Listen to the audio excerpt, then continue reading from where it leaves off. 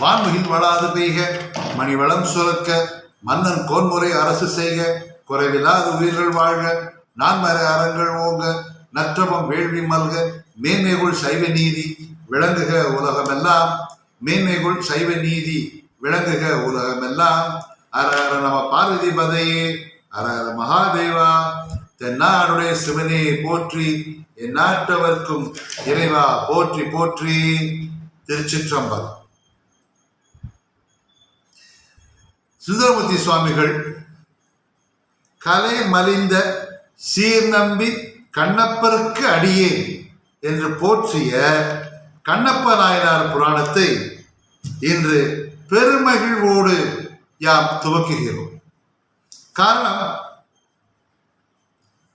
பல காலமும் பல அறிஞர்களும் பல தவசீலர்களும் பல முனிவர்களும் விரும்பி தொழுது கண்ணப்ப நாயனார். இப்பொழுது நம்முடைய காஞ்சி மகா பெரியவா இருந்தாங்கல்ல, சரஸ்வதி சுவாமிகள், சந்திரசேகர சரஸ்வதி சுவாமிகள், அவங்க தன்னுடைய தள்ளாத வயதுல காளகத்தி மலை ஏறி கண்ணப்பர் தொழுத குடும்பத்தேவரை போய் பார்த்துருந்தாங்க. அந்த அளவுக்கு கண்ணப்பர் சிவபக்தரிடையே புகழப்பட்டவர், போற்றப்பட்டவர். காரணம், கண்ணப்பருக்கு வேதம் தெரியாது, தேவாரம் தெரியாது, நமசிவாய சொல்ல தெரியாதுங்க, போதுமா? ஆனா அன்பு மட்டும் இருந்துச்சு. சிவபெருமான் தான் கூட அவன் சொல்ல தெரியல, குடிமித்தவர். ஆனா எல்லை இல்லாத அன்பு. இப்ப நான் என் மனைவி மேல ஒரு அன்பு, என் குழந்தை மேல ஒரு அன்பு, என் பேத்தி மேல ஒரு அன்பு, ஒரு சில வரையறை வச்சிருக்கணும். ஆனா எல்லை இல்லாத அன்பு வச்சிருந்தது அந்த குடும்பத்தவர் மேல இந்த கண்ணப்பர். எதுவுமே படிக்காது, அந்த அளவு. அந்த புதப்பினான்னு ஒரு இது இப்போ வட திசையில இருக்கு. அங்கே வேடுவர் இனத்தவர் வாழ்ந்து வந்தனர். அவர்தம் குடிசை வாயிலே யானை தந்தங்கள் அமைத்து வேலி சமைத்திருப்பனர். புலிக்குட்டிகளோடும் யானை குட்டிகளோடும் சிறுவர்கள் விளையாடுவர், சிறுமிகள் மான்களோடு விளையாடுவர். அவர்கள் உணவே அரிசியும் மாமிசமும் தான். அவர் வாழ்க்கை முறையே வேட்டை மட்டும்தான். ஆண்கள் வேட்டைக்கு செல்வார்கள், வரும் பொழுது வேட்டையாடிய மிருகங்களை கொண்டு வருவார்கள், அதை ஊனாக சமைத்து உணவாக உண்பார்கள். இதன் அவர்கள் வாழ்க்கை முறை. அது ஞாபகம். வேதங்கள் படித்து சந்தியாவந்தனம் சொல்லி சிகை அணிந்து முப்பொருள் அணிந்து சாமி பக்தி செய்வது பெருசு இல்லை. கொல், எரி, குத்து, வெட்டு, சாப்பிடு, இந்த மொழி பேசிட்டு கூட வந்தவர் தான் நம்ம கண்ணப்பன். அந்த வேடுவருக்கு தலைவனாக இருந்தவர் நாகன். அவன் மனைவி தத்தை. சிறந்த தலைவனாக இருந்தார். அங்கே தலைமை பதவி என்பது எப்படின்னா, வேட்டைக்கு சென்று வீரமாக வேட்டையாடி வருபவனே தலைவர். அவ்வாறு இருந்தான் நாகன். பல ஆண்டு காலம் முருகப்பெருமானை வணங்கி அவனுக்கு ஓர் ஆண் குழந்தை பிறந்தது. அந்த குழந்தை தூக்கும் போது நல்ல தின்னு இருந்துச்சு. அதில் தின்னன் என்று பெயரிட்டார்கள். அந்த குழந்தை சீரும், அந்த வேடுவ கூட்டத்தின் தலைவன் மைந்தன் அல்லவா, சீரும் சிறப்புமாக வளர்ந்தார்.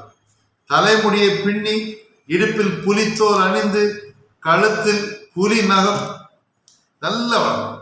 இதே மாதிரி நம்ம ராமாயணத்துல குஹத் பார்த்தீங்கன்னா வேடுவ இன தலைவர், சீற்றமின்றியே நெருப்பு முழும் கண்கள், எண்ணெய் பூசிய பனைமரம் போன்ற நிறத்துடைய கைகள், திஜமான தோள்கள், வலிமையான கால்கள், தோல் செருப்பு, இடையில் புலி ஆடை, கையில் கச்சை, இவ்வாறு தோற்றத்தோடு குகன் இருந்தார். அதே போல் இந்த வேடுவ இனத்தை சேர்ந்தவர்கள் இருந்தனர். இந்த இனத்திலே தோன்றிய திண்ணனார் நாள் ஆக ஆக செல்வ செழிப்பாக வளர்ந்தார். ஒரு காலகட்டத்தில் இவர் வேட்டைக்கு செல்ல வேண்டும். நாம் பள்ளிக்கு குழந்தையை அனுப்புவது எப்படியோ அப்படி அங்கே வேட்டைக்கு அனுப்புவதை ஒரு விழாவாக கொண்டாடுவார்கள். திண்ணன் வேட்டைக்கு செல்கிறான். கன்னி வேட்டைக்கு. மலை நெற்சோறு புல்லரிசி சோறு ஊன் கலந்த அடிசில். இந்த அடிசில் என்றால் சமைக்கப்பட்ட அரிசி. அக்கார அடிசில் என்றால் இனிக்கின்ற நெல். அதான் சக்கரை பொங்கல் அக்கார அடிசல். இது மாமிசம் கலந்தது அல்ல. ஊன் கலந்து அடிசல், கிழங்கு, தினை மாவு, தேன், விளாம்பரம் என்ற பல்வகை உணவுகளை வைத்து பெரிய விருந்து படைக்கிறான் நாகன். தன் மைந்தன் முதல் கன்னி வேட்டைக்கு செல்வ விழாவை கொண்டு வர அந்த வேட்டைக்கு செல்லும் பொழுது இவன் நாகன் மற்றவர்கள் கூறுகிறான், எனக்கு வயதாகி கொண்டு வருகிறது, ஆகையால் திண்ணனே உங்களுக்கு இனிமேல் தலைவனாக இருப்பார் என்று வாழ்த்துகிறார். அதை அவர்களும் ஏற்றுக்கொள்கிறார். திண்ணனா எங்களுக்கு தலைமை தாங்கட்டும், நாங்கள் உடனே. இவர் உடனே செல்கிறார். முதல் வில் அம்பு பூட்டி எடுத்துக்கொண்டு திண்ணர் கிளம்புகிறார். அவரை பாதுகாக்க நாணன் காடன் என்ற இரு வேடர்களுக்கு கட்டளையிடப்பட்டார். நாணனும் காடனும் உடன் வர திண்ணனார் வேட்டைக்கு செல்கிறார். ஒரு காட்டு பன்றி வருகிறது. அந்த பன்றியை துரத்தி நெடுதூரம் வந்து விடுகிறார் மலை அடிவார். இதே மாதிரி அர்ஜுன பாசுபதாஸ்திரம் வேண்டி தவம் இருக்கும்போது ஒரு காட்டுப்பன்றி வந்தது அல்லவா? அந்த காட்டுப்பன்றி நீண்ட தூரம் போச்சு. அதே மாதிரி அந்த காட்டுப்பன்றி ஏவியது யாரு? நம்மளுதான். இங்கே அதே மாதிரி ஒரு காட்டுப்பன்றி வருது. அந்த காட்டுப்பன்றி துரத்திக்கிட்டே திண்ணனார் போயிடுறார்.